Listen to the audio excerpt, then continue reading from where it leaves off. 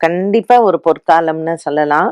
ஏன்னா, இப்ப வந்து பார்த்தீங்கன்னா, அ எக்கனாமிக் கண்டிஷன்ல இந்த குரோத் வந்து இந்தியா வந்து மற்ற நாடுகளை விட இன்ஃபாக்ட் ஜப்பான விட நம்மளுடைய இந்திய நாடு வந்து எக்கனாமிக் இதுல ரொம்ப ஒரு முதலிடத்தை கொண்டு வரும் அப்படிங்கிற மாரி தான் நம்மளுடைய பொருளாதார நிலைமை இருக்கு.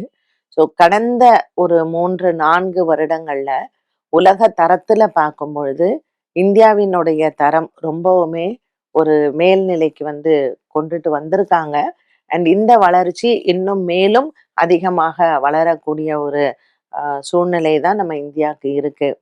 ஸோ இன்னும் ஒரு ஒரு 10 வருஷத்துல வந்து பார்த்தீங்கன்னா, உலகத்திலேயே முதன்மையாக இந்தியா வந்து நமக்கு எல்லா விதத்திலயும் பொருளாதாரமாக இருக்கட்டும், வேலை வாய்ப்பாக இருக்கட்டும், மக்கள் ஒரு சந்தோஷமா, நிம்மதியா இருக்காங்க அப்படின்னா, நம்மளுடைய பாரத நாடாகத்தான் இருக்கும். ஸோ இந்த இந்திய குடியரசு தினத்துல நமக்கு இந்த மாதிரியான ஒரு நல்ல விஷயத்த உங்கள்ட்ட சொன்னதுக்கு எனக்கு ரொம்ப மகிழ்ச்சி. மேலும் இந்தியா வளரணும். நம்ம பாரத நாட்டினுடைய பெருமை இன்னும் பல மடங்கு வளரணும் அப்படிங்கிறது தான் நம்மளுடைய பிரார்த்தனை.